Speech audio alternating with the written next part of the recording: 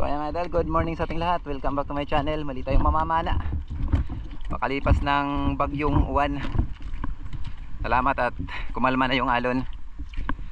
Hindi ko pa alam yung tubig kung okay na yung kondisyon ng tubig, kung malinaw na. So ang tabay mga idol, kung ano yung mahuli natin. Dito lang ako sa may Napla. Ikutin lang natin itong maliit na area ng Napla. Sakop lang ito ng aming barangay Punta Maria ng Borongan City. Sana makadilinsya tayo para makabawi tayo sa ilang araw na tambay. Let's go. At dito pakababa natin mga idol ay agad na tayo nagload ng ating pana para ready to serve kung sakaling may sumalubong na isda sa atin.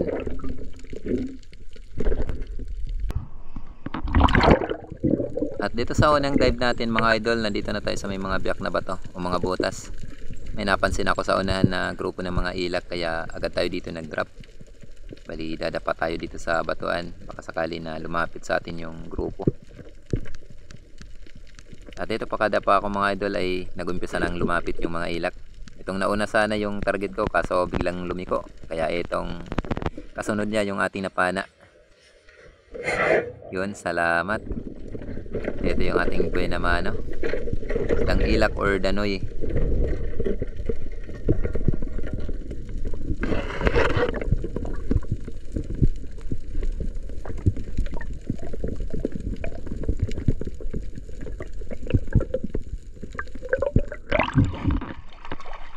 Salamat.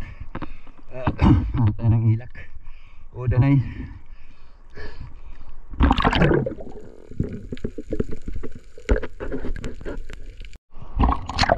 At dito habang nasa taas ako mga idol, may napansin akong grupo ng mga samaral o rabbit fish na dumaan dito sa may harapan ko. Kaya agad na tayo dito na bumaba. Dito unang paglapit ng mga samaral ay hindi tayo nakapana. Buti na lang at ito bumalik. At ito napakaganda ng pagka-timing natin.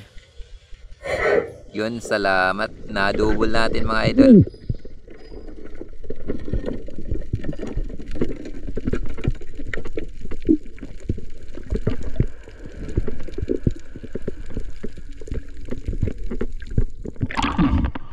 Salamat Lord, nakadouble tayo ng samaral o rabbit fish.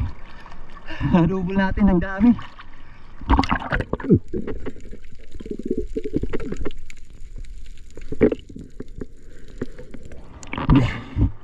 Ang dami nila oh. Salamat Lord.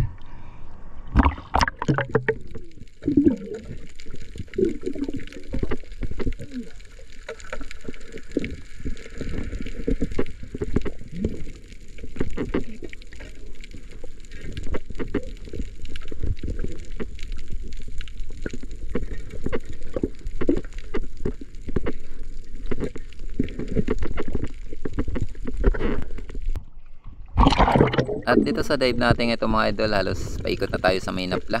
At napansin ko dito na may pagkamalabo na yung tubig kumpara dun sa may nilusungan natin.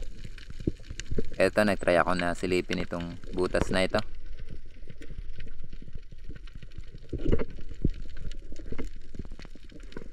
At dito napakadalang talaga ng sampa dito sa mga biyak.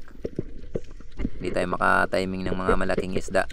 Buti na lang at nung pare-surface ako, tumingin muna ako dito sa paligid at napansin ko itong bluefin trevally. Kaya ito yung aking napana. Salamat. Di pa naman to kalakihan pero ayos na itong mga idol pandagdag sa mga huli natin.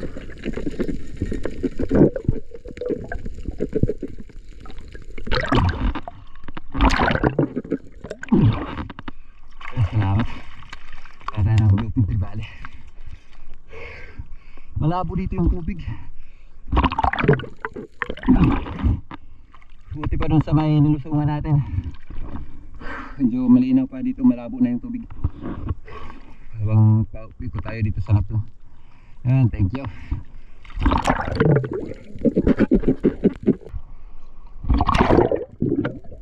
Okay, another dive naman po tayo mga idol. At sa dive kong ito mga idol, hindi ko napansin na mayroon palang nakapisto na oriental sweet lips dito sa may kaliwang bahagi natin. Alit ko na napansin. Eto, pababa na rin. Bala ko pa sana na pahabulan itong isda kaso biglang kumaripas. Sayang, may kalakihan na sana. Perang linaw na sana kung nahuli natin to. Pero tumuloy pa rin ako mga idol pagbaba. So nagbakasakali ako na mapalapit ko itong isda na ito. Kaso pagdapa ako dito sa may batuan, o tanaw ko pa yung isda, palayo ng palayo sa atin. May pagka mahilap na talaga. Kaya hayaan na lang natin. Baka sa susunod magpahuli na to. At dito pagkatapos ko magpahinga ng ilang minuto ay bumalik ako sa pagdive. Dito pa rin sa may nakitaan natin ng Oriental Sweet Lips. Bali itong natutumbok natin na bato, dyan tayo dumapa kanina.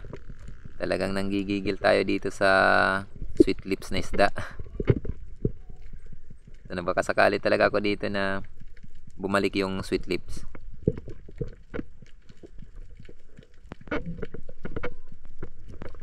Dito di ko na nakita yung Oriental Sweet Lips.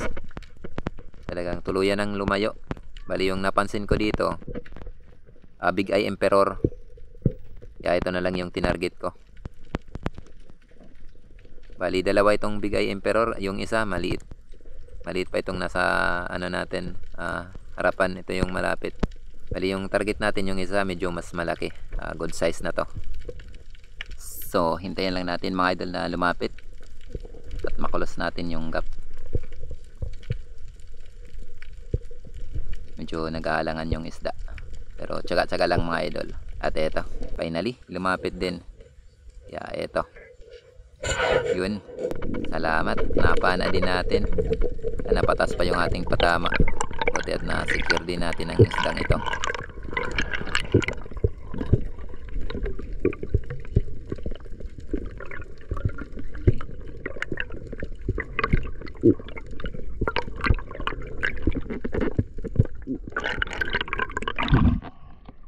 Salamat Lord.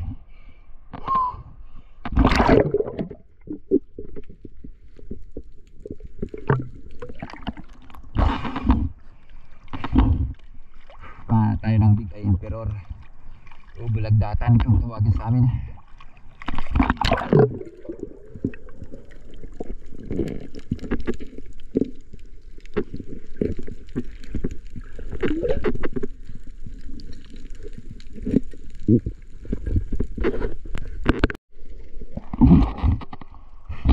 Sa mga idol, balik pumagilid na tayo. Salamat at mga kapang ulam na tayo. Uli natin.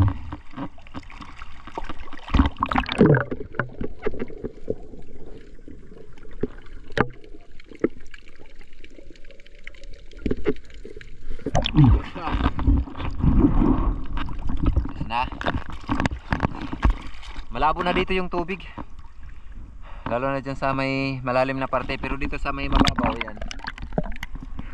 Medyo malinaw dito sa mababaw, pero dun sa malalim malabo. Kaya umakyat na tayo. Maganda lang dun sa may linusungan natin, maganda na yung tubig, medyo malinaw. Pero pagdating dito, habang paikot tayo dito sa napla, palabo naman yung tubig. So ang tabay mga idol, kung ilang kilo yung nahuli natin. Ayos na, malaking blessing na. Libre na tayo sa ulam. A few moments later. So ayan mga idol, bali dito na tayo sa bahay. Ito na yung nahuli natin. Nakahuli tayo ng 7 piraso. Bali itong dalawa hindi natin ito na videohan. Yung pishda. Iya daw kuno sara pishda. Yung ulam niya daw pishda. Yan, ayos na. Malaking blessing na ito mga idol. Kiloin natin kung ilang kilo lahat. Pishda.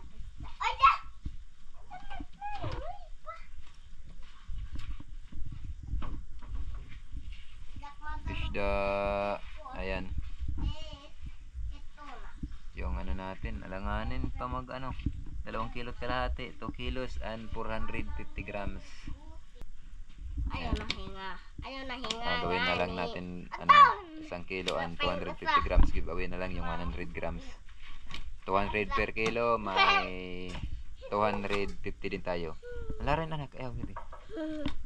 Pangulam natin. Opo, nalukso. Sariwa pa. Sariwa. Opo. Kamatanak pa. Repeat. Ayan. So mga idol, bali antabay tayo sa next upload natin. Salamat. Libre na tayo sa ulam at nakabenta na tayo ng 250. Talaga naman si Bunso. Maraming salamat po mga idol sa inyong walang sawang pagsuporta at pagsubaybay. Ang kaya, bye-bye.